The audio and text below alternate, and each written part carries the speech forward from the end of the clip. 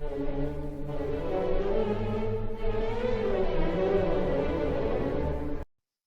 noite a todos. Um prazer estar presente virtualmente com todo mundo aí, coisa boa. Estamos muito felizes com você E aqui. só para eu poder me situar, eu tenho quanto tempo? Você tem 40 minutos, 45, assim, pode ser? Tá bom demais, tá Ótimo. bom demais. Se alguém quiser interromper alguma coisa, contribuir de alguma forma, por gentileza, fique à vontade. Porque é sempre nesse meio virtual, a gente fala e parece que a gente está falando sempre com a câmera, né? Parece que a gente não está falando com pessoas. E eu gosto muito de olhar para as pessoas. Então, se todo mundo aí tiver alguma coisa para falar, alguma contribuição para dizer, é sempre muito legal, vai ser sempre muito bem-vindo, né? E é interessante porque hoje nós estamos vivendo um momento de desafio muito bom. É um momento para nós desafiarmos a nós mesmos para ter um olhar para a nossa fé. Assim como eu estava dizendo que a gente olha para a câmera e não vê quem é que está nos ouvindo, quem é que está pensando sobre aquilo que nós estamos falando, muitas vezes a gente se sente assim em relação aos espíritos, se sente assim em relação a Deus. Nós vamos falando com eles, só que a gente não vê. Então parece que a gente está falando sem ideia, como diria o apóstolo Paulo, da nuvem de testemunhas que nos acompanha.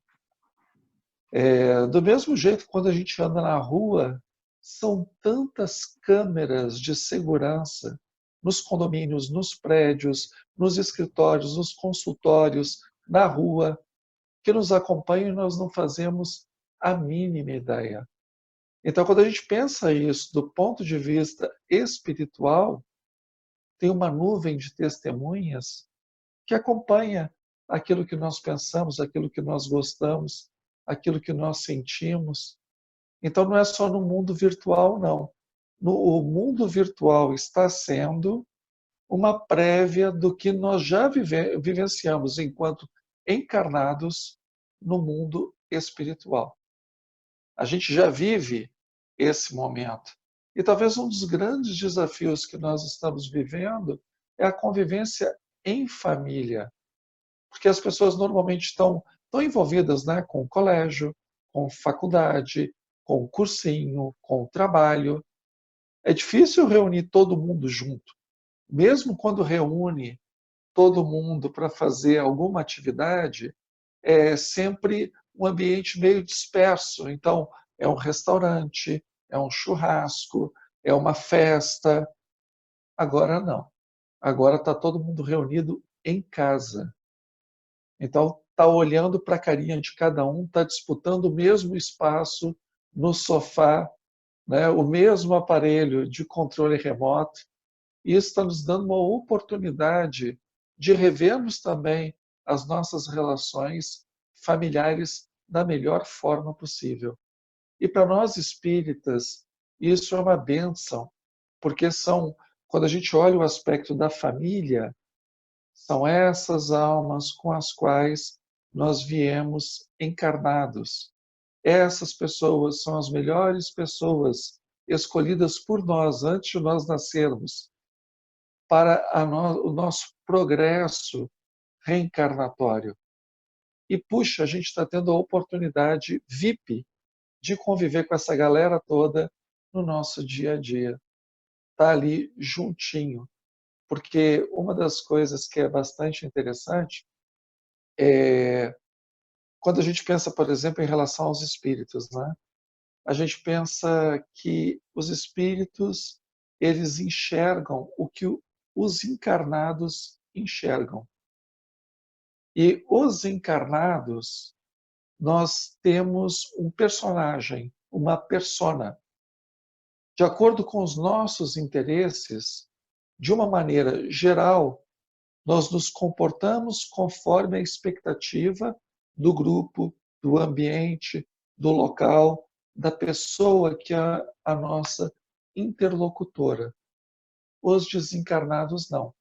Eles se sentem atraídos por quem realmente nós somos. Se somos pessoas boas, se somos pessoas iluminadas, se somos pessoas tranquilas, pacientes, eles se sentem atraídos pela mesma afinidade, porque eles também são pessoas boas, pacientes, caridosas, né, pessoas do bem. Agora, quando nós entramos numa outra vibe, né, numa outra vibração, de sermos hipócritas, ciumentos, melancólicos, tristes, raivosos, vingativos, não adianta a máscara que nós colocamos no rosto. No rosto.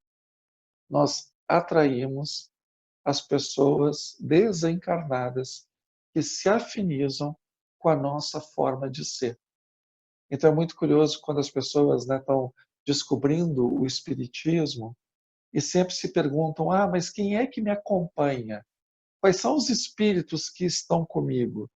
Bom, os espíritos que estão conosco, via de regra, são os espíritos que nós atraímos por conta das nossas afinidades. E como são essas afinidades? É quem nós somos. Quem nós somos. Então, para nós, é um grande aprendizado.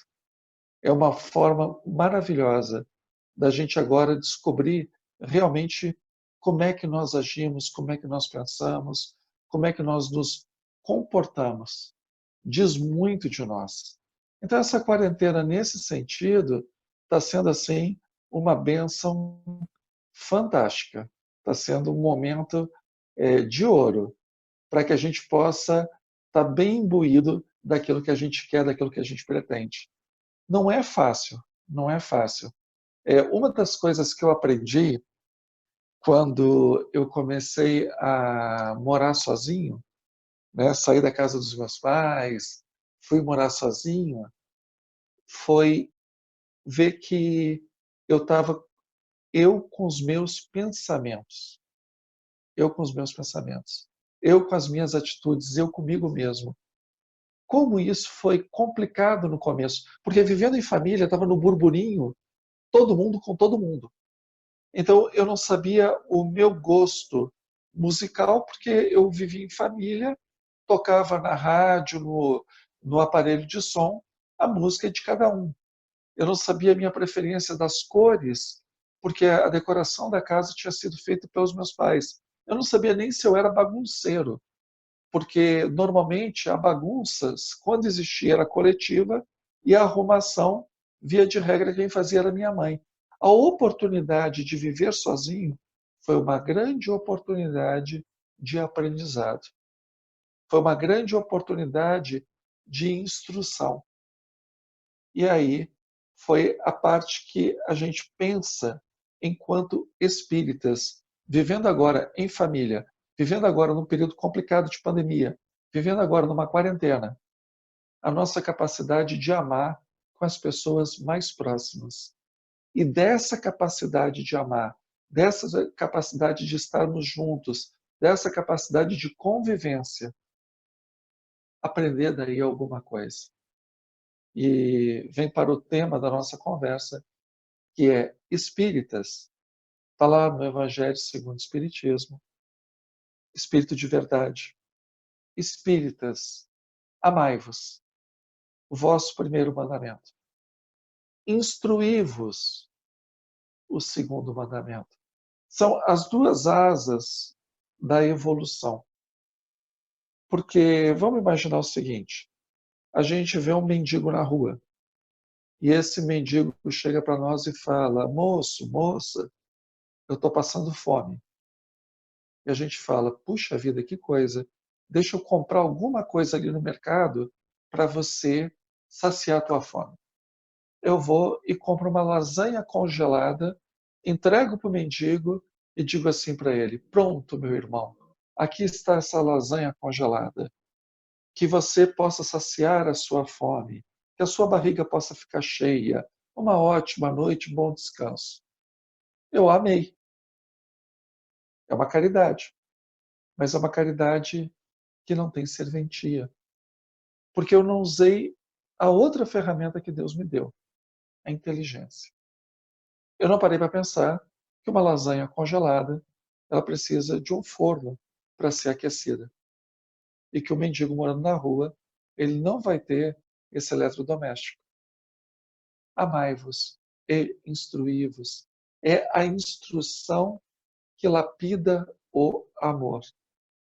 E a gente só pode falar que nós vivemos aquilo que realmente nós experimentamos.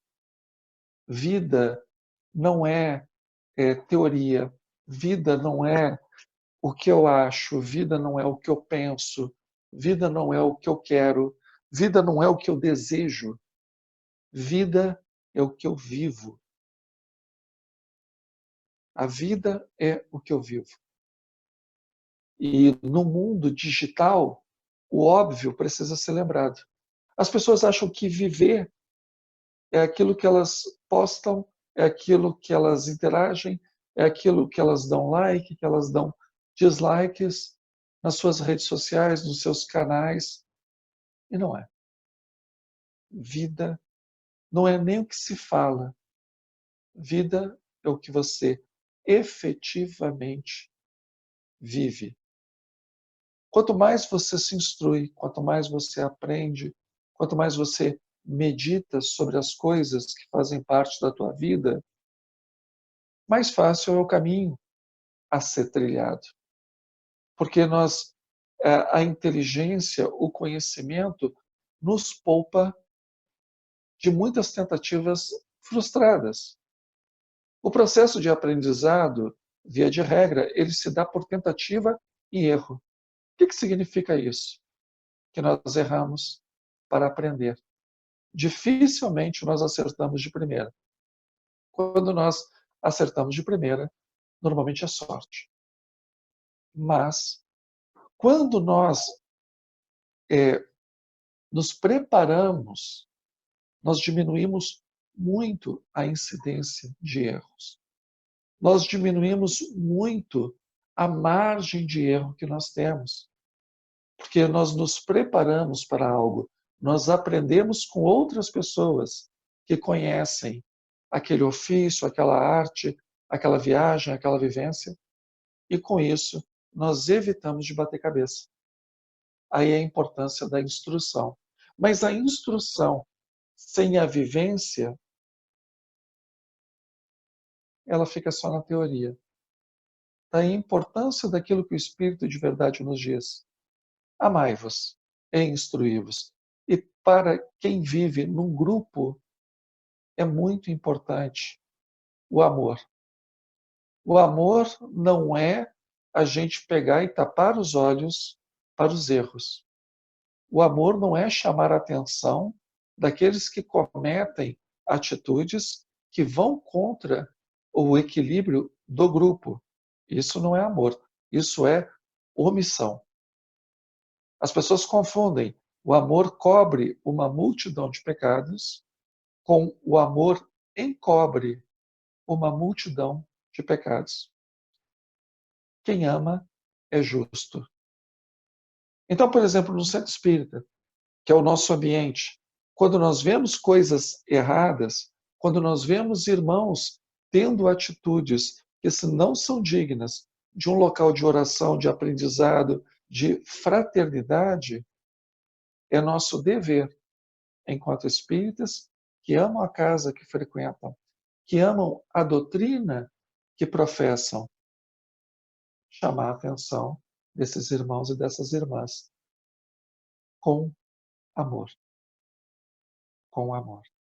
Porque quem ama, cuida. Quem ama, educa. Quem ama, não se omite. Agora, para que nós amemos e não cometamos injustiça, olha a importância tão grande de nós instruirmos. E aí as pessoas podem perguntar, mas se instruir com o quê? No quê? E nós vemos realmente muito no movimento espírita uma certa preferência pelo especialista. Então, por exemplo, vai dar uma palestra sobre depressão, é muito natural que se chame um médico ou um psicólogo. Mas entenda, a psicologia, a medicina, ela ajuda a ilustrar a depressão.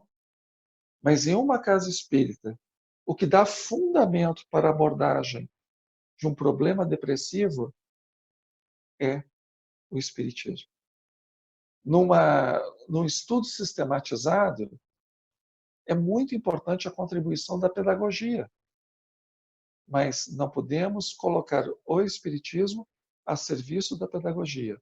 Num centro espírita, a pedagogia tem que estar a serviço do espiritismo.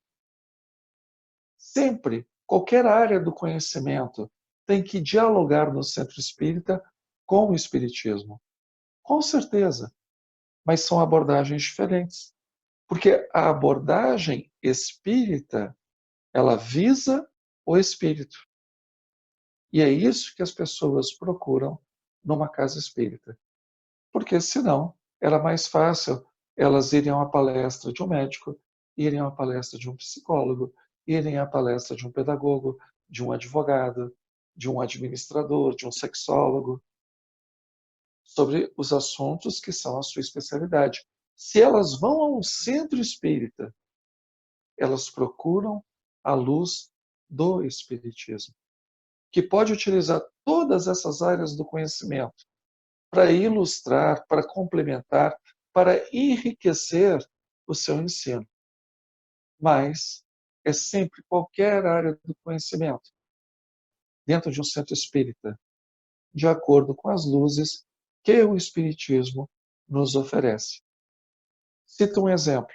Se nós formos falar de algum transtorno, a psicologia, né, a medicina, particularmente a psiquiatria, ela pode dar uma abordagem daquele transtorno pelo ponto de vista neurológico, pelo ponto de vista da relação daquela pessoa com seus pais, a questão do trauma, mas e a questão do espírito imortal? E a questão das influências espirituais, que muitas vezes aquilo que os médicos, aquilo que os psicólogos, os psicanalistas definem como transtorno, na verdade, são processos obsessivos. Na verdade, são traumas que essa pessoa traz de outras existências, Você quer mexer? através desses processos reencarnatórios. O que você fez? Então, nós nunca podemos deixar de colocar a abordagem espírita, porque a abordagem espírita ela enriquece com um continente de informações que nós humanos não temos acesso, né? A não ser através da mediunidade, que nós humanos desconhecemos, que é a vida espiritual. Então, amai-vos e instruí-vos, o instruí-vos é, antes de tudo, o instruí-vos de acordo com esse continente que estamos descobrindo, que é o mundo espiritual. Tem muito para nos informar, tem muito para nos esclarecer, que impacta muito, por exemplo, na saúde do nosso corpo, impacta bastante na convivência em família e na convivência social. Diz muito dos nossos vícios e das nossas virtudes. E é aí que vem a importância de nós nos aprofundarmos nesse estudo. Eu estou tendo a oportunidade de reler os volumes, os 12 anos da Revista Espírita de Allan Kardec. E é sempre uma leitura extremamente enriquecedora, porque ela conta a história do Espiritismo, a preocupação que Kardec tinha de trazer situações cotidianas, de trazer descoberta das academias, de trazer dúvida dos seus leitores, pontos polêmicos que estavam acontecendo no movimento espírita. questionar os espíritos na Sociedade Parisiense de Estudos Espíritas, através principalmente da orientação do espírito de São Luís, que era o presidente espiritual da Sociedade Parisiense de Estudos Espíritas, para que aquilo fosse publicado na Revista Espírita. Publicação de outras sociedades espíritas de outros lugares, e a gente vê bastante, por exemplo, de Bordeaux, de Lyon, tudo isso enriquecendo esse panorama, como uma jornada que cada passo traz um novo aprendizado. E para essa época de quarentena, então, é fantástico a gente ter a oportunidade de nos debruçarmos novamente em Kardec. Porque o Kardec nos deu um roteiro muito seguro para analisarmos todas as comunicações espirituais, para sermos críticos em relação a tudo que os espíritos nos revelam. E, gente, como está nesse momento de sensibilidade coletiva, como as pessoas estão ficando num discurso, às vezes, sem fundamento espírita nenhum, um discurso ilógico. As pessoas como estão comprando e divulgando qualquer psicografia, qualquer palestra, qualquer ideia. Não é assim, né?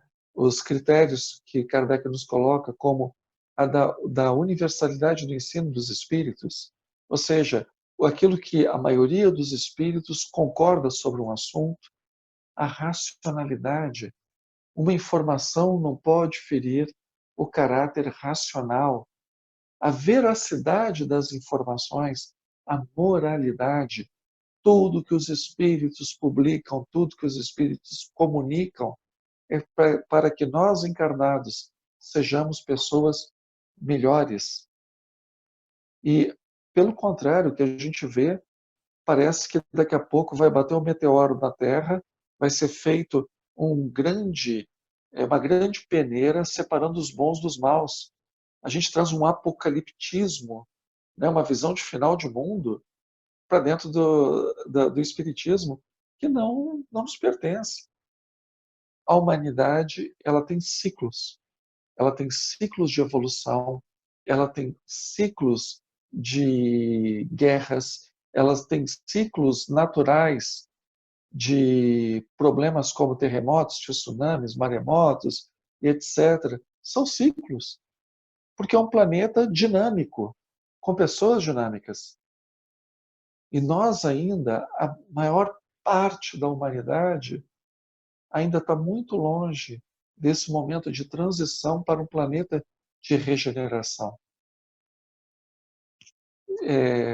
Eu lembro que, por exemplo, entre o discurso de João Batista e o discurso de Jesus.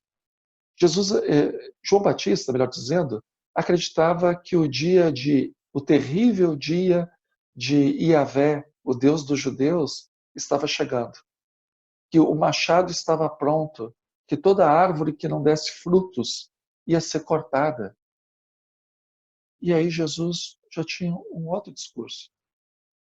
No Evangelho de Marcos nós vemos que o reino de Deus é uma semente que é depositada no solo.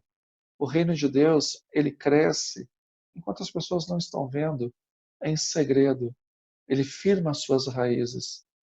Depois esse brotinho vai crescendo, procura o sol, ele se desenvolve e dá frutos. Então a visão de Jesus dessa transição era uma transição paulatina. A mensagem chegaria nas pessoas devagar. E as pessoas, sem perceberem, entrariam num processo de conversão. E mesmo quando ele usa, por exemplo, se eu não me engano, em Lucas, o exemplo da figueira, que chega o empregado para o seu senhor e fala: olha, tem uma figueira lá no meio do campo que não está dando fruto. A gente pode cortar? E o senhor fala assim: não, vamos aguardar o próximo ano. Vamos dar o tempo para que ela possa produzir frutos. E aí sim, se ela não produzir frutos, aí a gente utiliza como lenha. Deus é muito paciente conosco e nós parece que não estamos sendo pacientes nem com os nossos irmãos, nem conosco mesmo.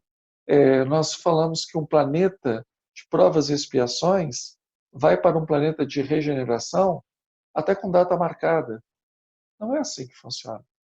Para que um planeta saia de provas e expiações e passe para um planeta de regeneração, antes de tudo, os habitantes desse planeta têm que estar regenerados. Vivemos num mundo de pessoas regeneradas, onde a maioria da Terra já atingiu essa condição de regeneração. O Livro dos Médiuns diz que uma das características da obsessão são os espíritos marcarem datas, previsões com datas marcadas. Sejamos atentos, leamos mais Kardec, tenhamos calma. A nossa semente do Evangelho, ela cresce dia a dia, aos pouquinhos. E ela crescendo aos pouquinhos, ela nos permite que nós nos reinventemos, que nós mudemos, que nós sejamos pessoas melhoradas. Amai-vos e instruí-vos. E é mais fácil a gente aproveitar esse momento para amar aqueles que estão próximos de nós. Não se ama quem você não respeita. O primeiro sintoma do amor é o respeito. Então, na convivência familiar, a gente pode até ter dificuldade de amar, mas nós podemos ter atos de amor.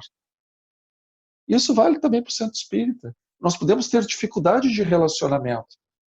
Nós podemos ter dificuldade de perdoar. Mas não existe nenhum impedimento para que nós tenhamos atos de perdão, atos de paciência, mesmo que nós sejamos impacientes. Atos de caridade, mesmo que nós sejamos egoístas. Vamos começar com os atos, para que os atos acabem entrando em nós e modifiquem também os nossos pensamentos.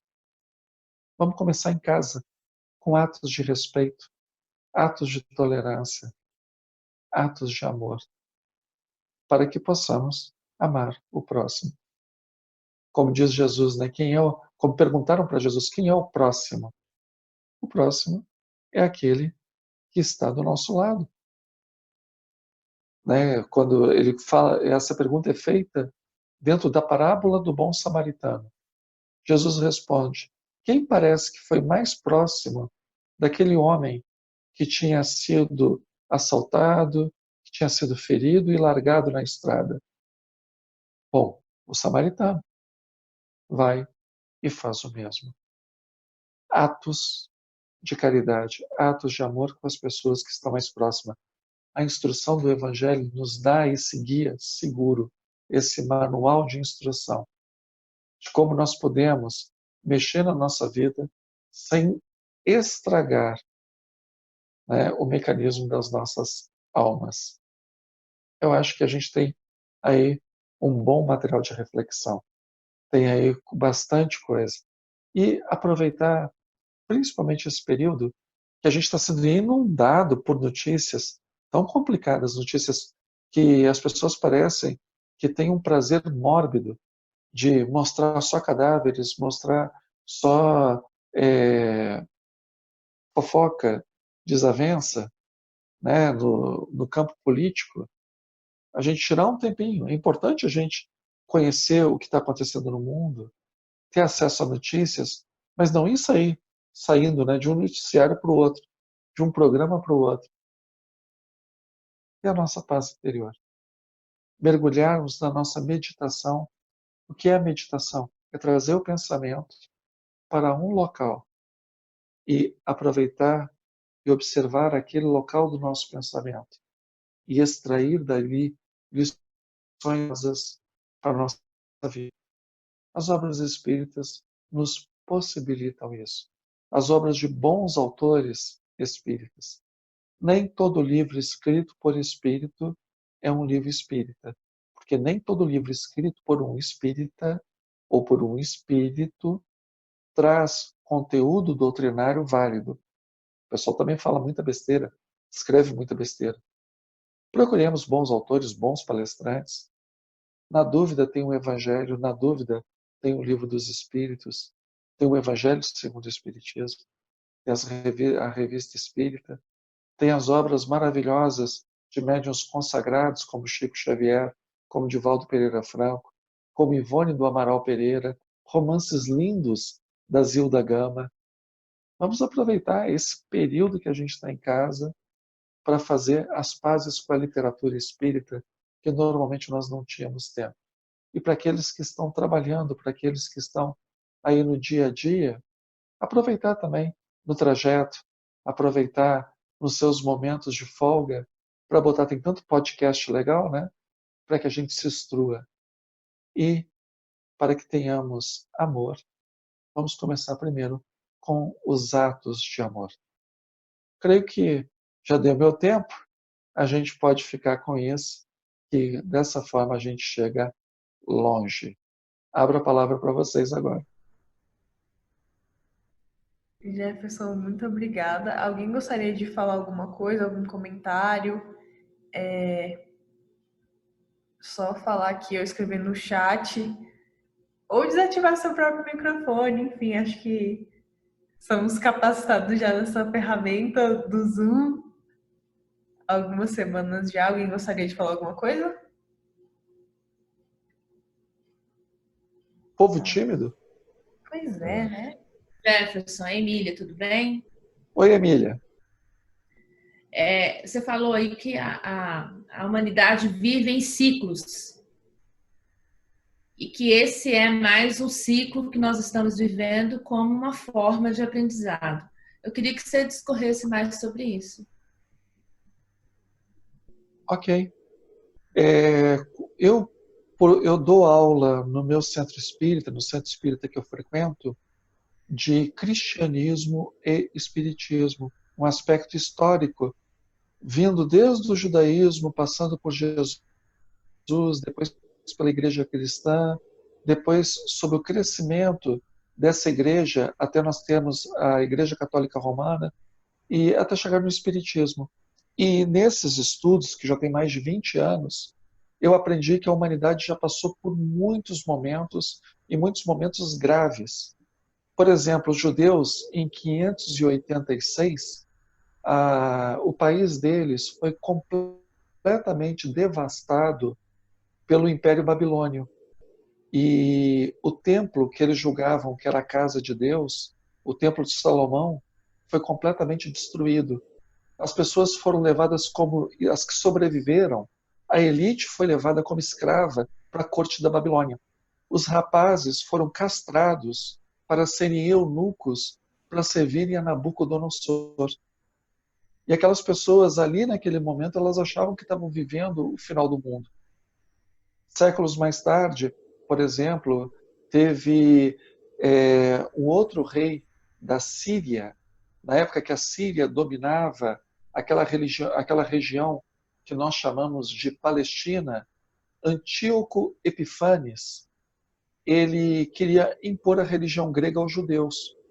E os judeus que permanecessem fiéis à religião judaica, isso mais ou menos 1,5 século, 2 séculos antes de Jesus, ele mandava queimar vivo, mandava crucificar, mandava torturar, matar.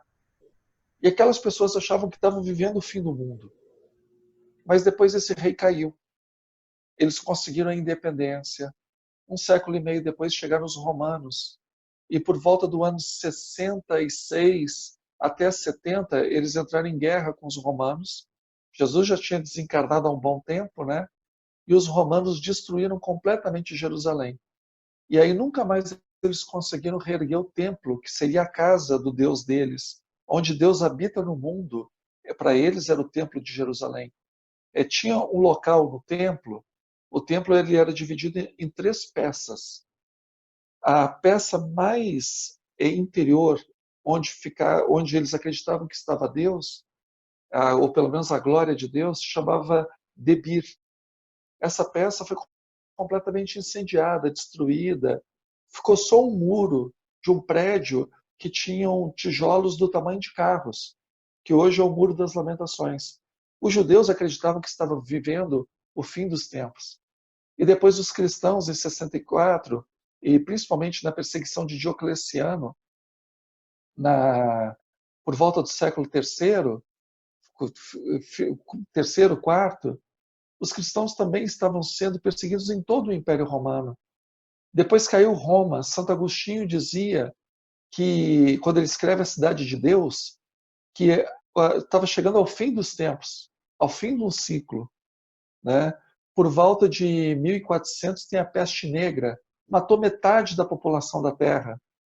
As pessoas acreditavam que eram os 4 cavaleiros do Apocalipse chegando, né? A fome, a peste, a guerra. Então, eles achavam que tudo ali, a morte, que tudo ali estava chegando no final.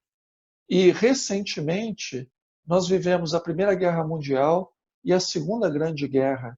A Segunda Grande Guerra matou 60 milhões de pessoas.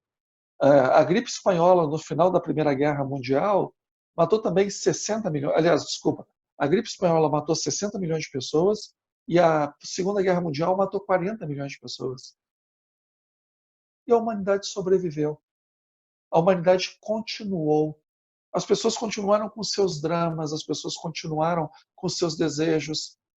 Por exemplo, os judeus que vivenciaram o campo de concentração, foi feita uma pesquisa com esses judeus e descobriu-se que o judeu de nascimento, que era agnóstico, ateu, o campo de concentração só reforçou a fé dele. Mas o judeu que era ortodoxo, que acreditava que ele era o povo escolhido e que a fé dele era a verdadeira fé e que Yahvé, o Deus dos judeus, andava com o povo, o campo de concentração só reforçou a fé deles. Então, quando a gente tem esse olhar macro na história, a gente vai vendo que tudo isso, né, que Allan Kardec coloca no Livro dos Espíritos como as catástrofes coletivas, elas vêm para que as pessoas, né, para que a sociedade possa se recompor, se reestruturar, demolir prédios antigos de valores para reconstruir prédios novos em bases mais seguras. Então, pela história, a gente ainda vai passar por muita coisa, mas, como diz o próprio Evangelho de Marcos, no capítulo 13, né, não será o fim, porque Deus é um Deus de amor, e quem ama, cuida. Quem ama não destrói, quem ama, cuida. Deus sempre cuida de nós. Essa é a beleza. Estamos passando por um processo complicado agora de resgate coletivo? Estamos.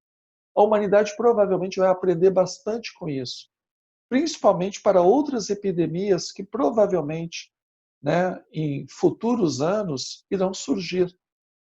Teremos, se Deus quiser, mais profissionais, mais hospitais, mais leitos preparados para catástrofes que talvez, sem essa que nós estamos passando agora, nós não teríamos condições de suportar. Então, são ciclos. Para nós espíritas, né, a gente tem muito na nossa cabeça, estamos vivendo num momento de transição. Mas esse momento de transição é todo dia.